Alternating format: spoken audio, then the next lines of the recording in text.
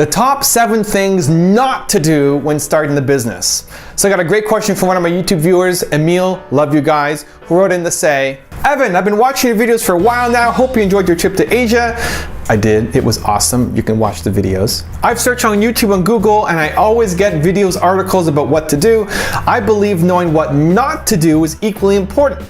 Usually all I get is generic tips such as don't grow too fast, but there are no concrete case studies. But when it comes to successful stories, there are specific examples we can learn from. I was thinking if maybe you can have videos or articles analyzing and explaining how businesses failed, especially startups. It would be great if you can use your influence to encourage entrepreneurs who have failed to share their stories with you. That way the mistake will only be made once because we all will have learned from it. Hopefully you'll consider my suggestion. Emil. So Emil, this is for you. Here are the top 7 things not to do when starting the business. Number 1 is pick the wrong business. A lot of companies fail, right? 80% plus of companies fail in 5 years. A lot of it's because you picked the wrong business. Your business just trying to make money, and if money is your only goal, you're not going to be successful. You look at any entrepreneur who starts off just trying to make money, they rarely do. Or if you look at the most successful entrepreneurs of all time, the big names, the people who you would recognize, Oprah Winfrey, Bill Gates, Steve Jobs, whoever it is, look at why they got started. Look at the early days of the reason for starting their business. The number 1 is never to make money. Okay, they want to have a positive impact. They want to change the way something is done. They want to mean something, but it's not just to make money. Now, making money is important. Okay, I'm not saying start a charity. You got to make money. You got to be able to support yourself, your family, your community, live the lifestyle you want. Money is going to be important. We're not throwing it away. But it's not the number 1 reason for starting this business. You have to be passionate about what you're doing, and too many entrepreneurs pick the wrong business. Number 2 is make the perfect plan. So many entrepreneurs, before they get started, they want to have the perfect plan, right? You got to have it all lined out. It's got to be 100% perfect, know exactly what you're going to do before you launch. And that holds you back. And this was me, okay? In my first real business, Redisoft, the biotech software company I had, I spent a whole summer making my plan, right? Here's how we're gonna grow, here's exactly what we're gonna do.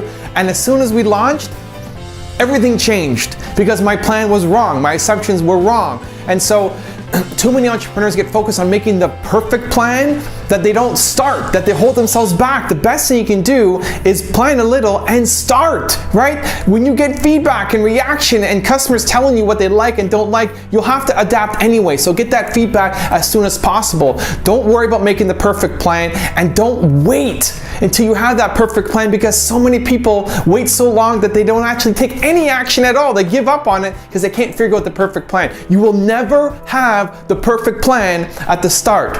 So start. Number 3 is spend money. So many entrepreneurs have great ways on how to spend money, right? If I gave you $1 million, you could find 1,000,000 different ways to spend it. Not many entrepreneurs are great at making money.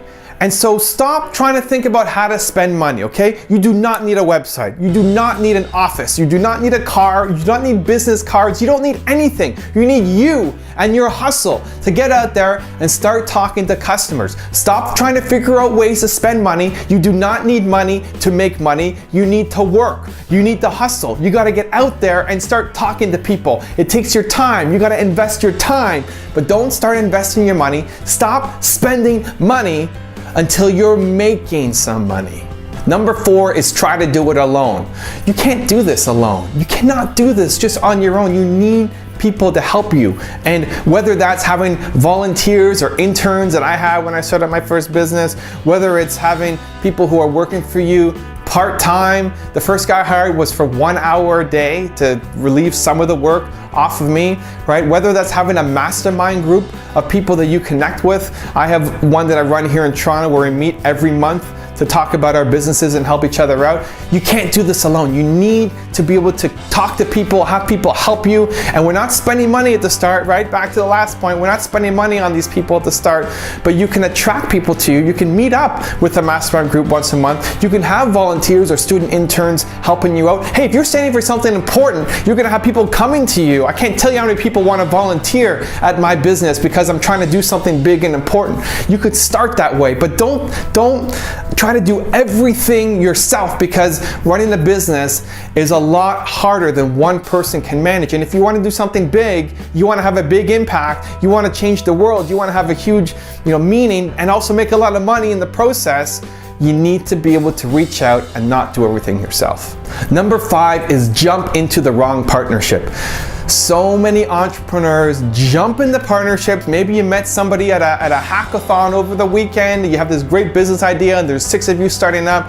Don't jump in the bed with the wrong partner. And I get why you do it, right? You want to surround yourself with like-minded people who have complementary skill sets. You're on board. Here's our big vision. Here's where we're going. Rah, rah, rah. Here we go. And then when things get tough, that's when the partnership starts to crumble.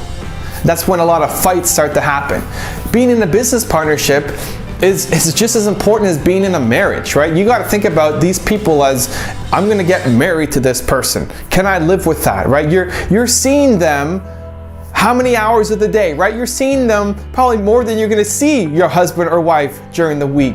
So you have to be somebody who has the same values as you. And the best way to try that out is to start working together on small projects. Before jumping together into this partnership, work on one small project together. See if you guys get along. See if you work well together. See if you share that same vision. See if you share the same values. It's so much more than just having complementary skill sets, right? If you're the business guy, you need a coder, you don't just bring on any coder who can program what you need, right? And give them shares in your business. It has to be somebody who you can get married to and work with for the rest of your life potentially, right? It's got to be that important. So don't just jump into the wrong partnerships. Number 6 is operate in a bubble. So many entrepreneurs, and myself included, we try to figure everything out ourselves. And I wasn't investing in myself. I wasn't learning to try to get better. I remember with my first business, I was earning $300 a month and surviving on beans and struggling and trying to put up a good face for my friends because I was supposed to be the guy making it big and doing well. But meanwhile, I tried everything that I knew. I was failing. I couldn't afford anything. I couldn't afford a night out to have beer with my friends. And the strategy that saved me was modeling success and looking from the strategies of Bill Gates and how he started Microsoft, applying that to my company, and that helped me start to grow. And if I never looked at what made Bill Gates successful, I probably wouldn't have been able to make my company be successful, because I actually told my partner that I quit. Like, I was so stressed out, I was so tired of not making any money that I wanted to quit and do something that I felt would be meaningful and I would feel valued in. So I was operating in a bubble, and you can't operate in a bubble. You have to bust through, right? Whatever your comfort zone is, you gotta be able to bust through that to become the entrepreneur that you can truly become. So if that's modeling success, learning from others, watching videos, reading books, stretching your comfort zone, stretching your knowledge zone, stretching the safe environment that you have for yourself to become a better entrepreneur. And every single big break I've had in my business career has been because I've taken my limiting beliefs and smashed it and expanded them a little bit more, and expanded them and expanded them, and believed that I could do more and learn from others to accomplish those things and model strategies and model success. So stop operating in a bubble. And number 7 is start a product. This is a bit of a controversial one, but I'm not a big fan of product startups. The main reason comes back to the money issue, right? I want you to get profitable as soon as possible. I want cash in your hand as soon as possible. And the problem with product companies are you spend a lot of money at the start, right? You have to invest into product, into inventory. And so many companies, entrepreneurs, start up, invest a lot, they put a lot on the line. They may, take out another mortgage on their house. They may pull out money from their retirement savings to launch into this product, and then they end up with all of this inventory sitting in their garage, sitting in their basement that they can't sell.